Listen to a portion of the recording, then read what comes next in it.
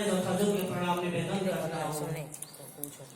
आज के इस हरियासर को श्रद्धासुमंत भाई प्रदान किए हैं और हमें विभु प्रेम में निमज्जित होने का मौका दिए हैं। इसलिए सर्वप्रथम उनके पंच महाजीवन, व्यक्ति जीवन, दाम्पत्य जीवन, परिवार जीवन, समाज जीवन एवं राष्ट्र जीवन, उस विभु को अपने माथे में बहन करके कैसे सरस सुंदर मधुमय मंगल हो उठे, ये मेरा एकांतिक प्रार्थना है। दादा के निर्देश ठाकुर के बारे में कुछ बोलने के लिए एक घटना याद आ जाता है। आप लोग सब जानते होंगे, आप लोग तो ज्ञानी गुणी विद्वान लोग हैं, आप तो जानते होंगे उनको। ठाकुर के पास एक बड़े भक्त थे, श्री कृष्ण प्रसन्न भट्टाचार्य, श्रद्धा में सब उनको कृष्णदा बुलाते थे। तो एशिया के जो सबसे पहले जिनको नोबेल प्राइज मिला था, सीवी रमन के वो सहकर्मी थे, वो बड़े मेधावी वैज्ञानिक थे। श्री श्री ठाकुर के भावधारा में जब आते हैं तो फिर अपना सब कुछ छोड़ छाड़ के 1923 शायद था, 1923 में वो सत्संग में आके परमानेंटली रहने लगे। और श्री श्री ठाकुर के बारे में वो तो नाना प्रसंग और बहुत सारे किताब लिखे हैं और ये सब बहुत सारी चीजें ठाकुर के साथ आलोचना किए हैं, नहीं तो शायद आज हम नहीं जान पाते।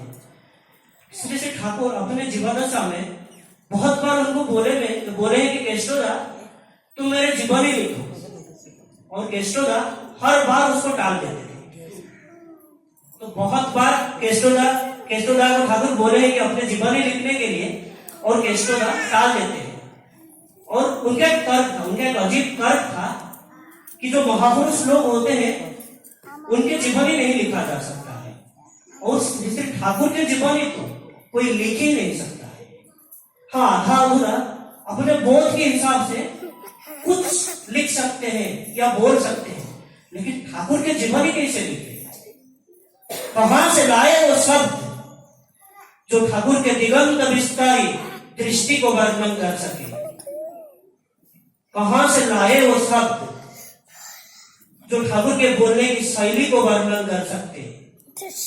कहां से लाए ये शब्द जो ठाकुर के भाव भंगिमा अपूर्व दृष्टि को वर्णन कर सकते हैं?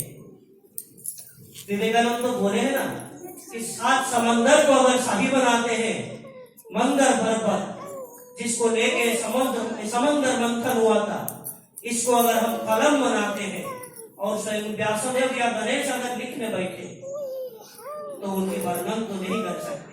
तुम कहां से वो शब्द लाओ जो उनकी वर्णन कर सको? ज्यादा जब बोले मैं कहां से वो शब्द, कहां से वो भाव को, कहां से वो भाषा लाओ?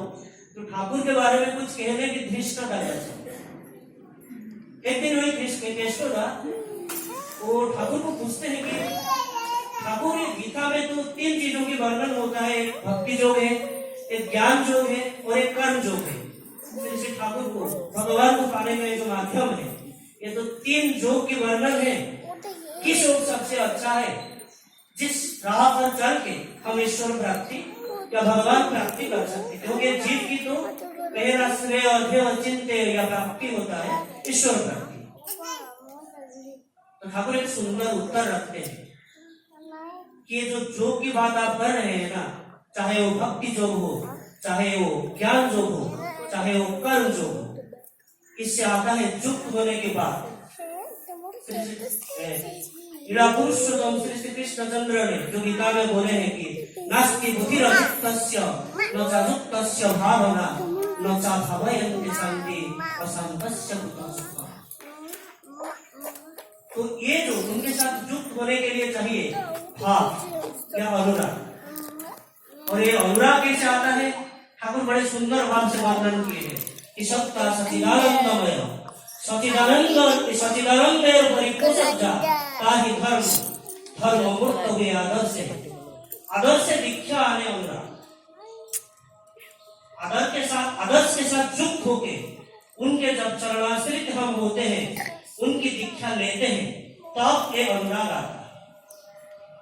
तो ये जो भजन भक्ति की बात आप कर रहे हो, युक्त होने की बात कर रहे हो, ये युक्त होने की जो शुद्ध होता है वही अनुराग होता है, और अनुराग के साथ अनुशुद्ध होता है जो भक्ति। तो भक्ति का मतलब उनके सेवा करना, उनके गुणगान करना, वहीं से आता है कर्म।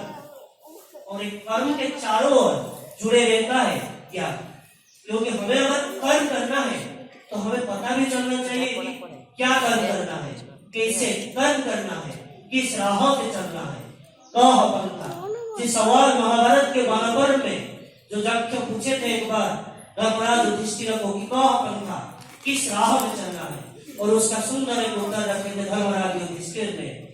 बोले थे कि तर्क प्रतिष्ठो सुतयोः विभिन्ना नैको मुनिर्जस्य मतं प्रमाणम् धर्मस्य तत्त्वं विहितं गुहाया महाजनो जेन सपन्था। मतलब तर्क करके, तर्क प्रतिष्ठो, तर्क करके आप कुछ प्रतिष्ठा नहीं कर सकते। इसलिए कहा जाता है कि विश्व से विदयी हरि तत्व बहुत तर्क प्रतिष्ठो सुतयोः विभिन्ना। तो ये जो सुन के वेद को याद रखे थे और लिखे थे, इसलिए उसको श्रुति कहा जाता है। तो यहाँ बहुत सारे वेद, वेदांत, उपनिषद, अष्टादश पुराण, स्मृति समेत बहुत सारी चीजें हैं। वो तो बहुत सारे हैं। आपका प्रतिष्ठो सुतयोः विभिन्ना नैको मुनिर्जस्य मतं प्रमाणम्। यहाँ जितने सारे मुनि ऋषि हैं, हर एक का अपना अपना व्यू है। धर्मस्य तत्त्वं निहितं गुहाया, जो धर्म के तत्व जानते हैं वो प्रकट होना या प्रकाश करना नहीं चाहते, वो साधना में गुहे में लिप्त है। तो राह क्या है, मार्ग क्या है, किस राह पर चलना है? तो लास्ट को ये चीजें बोले हैं ना कि महाजनों को जेन मतः पंथा। जो महतजन होते हैं उनके जो गम्य पंथा होता है वही अनुसरणीय होता है, और उसको अनुसरण करके चलना। और यहाँ अगर दादा की परमिशन है तो 2-3 छोटी चीजें बोलूंगा। ठाकुर के बारे में कुछ बोलने का ना हैसियत है, ना वो मेरे पास वो भाव भक्ति का कुछ नहीं है, ज्ञान कुछ भी नहीं है। 2-3 छोटी चीजें मैं बोलना चाहूंगा। एक चीज होता है कि जजम, क्योंकि ठाकुर को 25,000 के ऊपर बानी दिए हैं। आलोचना प्रसंग है तो 23 खंड 23rd वॉल्यूम अभी निकला है। इतने आलोचना प्रसंग है, कथा प्रसंग है, इष्ट प्रसंग है, प्रतुल दीप्ति, शाश्वती, संबित, धृति विधायन, सत विधायन, चौरार साथी, नारी नीति, देवी कहा नहीं जाती। इतने बानियां, इतने सब दिए। एक बार पूज्यपाद पितृदेव को बुलाते हैं और बोल रहे हैं कि ये जो सारे मैं बोला हूँ, लिखा हूँ या बानियां सब दिया हूँ, ये किसके लिए दिया? सब अपना अलग अलग आंसर रखते हैं और बोलते हैं कि आप विश्व समाज के लिए है, जीवोद्धार के लिए दिए हैं, सारे सृष्टि के सारे लोगों के लिए दे दिए हैं। सब कुछ वही वैसा कुछ आंसर दे रहे हैं। कुछ जब बात बिल्कुल बोल रहे हैं कि मेरे लिए दिए, जो कुछ भी दिए हैं आप मेरे लिए दिए हैं, मुझे उसको जानना है और अपने कर्म में प्रतिफलित करना है। वही जानने को ही जजन करते हैं। अगर जजन नहीं करेंगे तो जादू नहीं कर सकते, और वो जानेंगे नहीं तो हम किस राह पे चलेंगे? अपने मन माफिक चलेंगे, अपने मन माफिक बोलेंगे।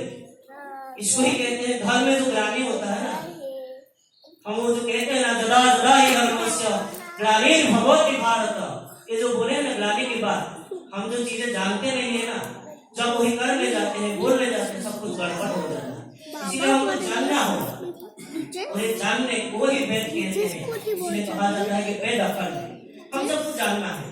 हम अगर नहीं जाने किस राह पे चलेंगे? किसी को अगर ठाकुर के बारे में 2 मिनट बोलना है तो क्या बोलेंगे? इसीलिए आप सबको निवेदन है, ठाकुर के बारे में थोड़ा बहुत पढ़िए। और सबसे जरूरी है एक जो चीज है, पारिवारिक ज्ञान। अपने घर में जब बैठे छोटे छोटे बच्चों को बोलिए कि ठाकुर के बारे में पढ़े, और जागन आप बोलिए अपने बेटे को, बेटी को, सबको बोले कि ठाकुर के बारे में आप क्या पढ़े, क्या सुने, क्या जाने, आप हमको जागरण करें। ताकि जो दादा अभी बोल रहे थे टीपी के बारे में, हम कहीं जाएंगे तो बोल पाएंगे। ये तो हम अपने मन माफी कुछ भी चीजें गलत बोलते रहेंगे, उससे कुछ नहीं होगा। और एक सबसे जरूरी चीजें होता है ना, जो सेवा भाव रहना है, हमें जुड़ना है, चुप होना। माँ अपने हाथों से बच्चों की परवरिश करता है, सेवा करती है, इसीलिए उसको इतना प्रेम कर सकते हैं। हम अपने हाथों से जब गुरु सेवा करते हैं, उन्हें अहंकार पकड़ा होता है, अज्ञानता दूर चले जाता है। इसीलिए हमें जुड़ना है, कुछ ना कुछ ठाकुर के कर्म करना है। बोलते बोलते शायद बहुत कुछ बोल दिया, या बहुत सारे विज्ञ अभिज्ञ लोग बैठे हैं, उनसे सुनेंगे। कुछ गलत बोल दिया तो माफ कर दीजिएगा। सब शांति में रहिए, स्वस्ति में रहिए। सर्वे भवन्तु सुखिनो, सर्वे सन्तु निरामया, सर्वे भद्राणि पश्यन्तु, मा कश्चित् दुःखभाग् भवेत्। जय गुरु, वंदे पुरुषोत्तमम्।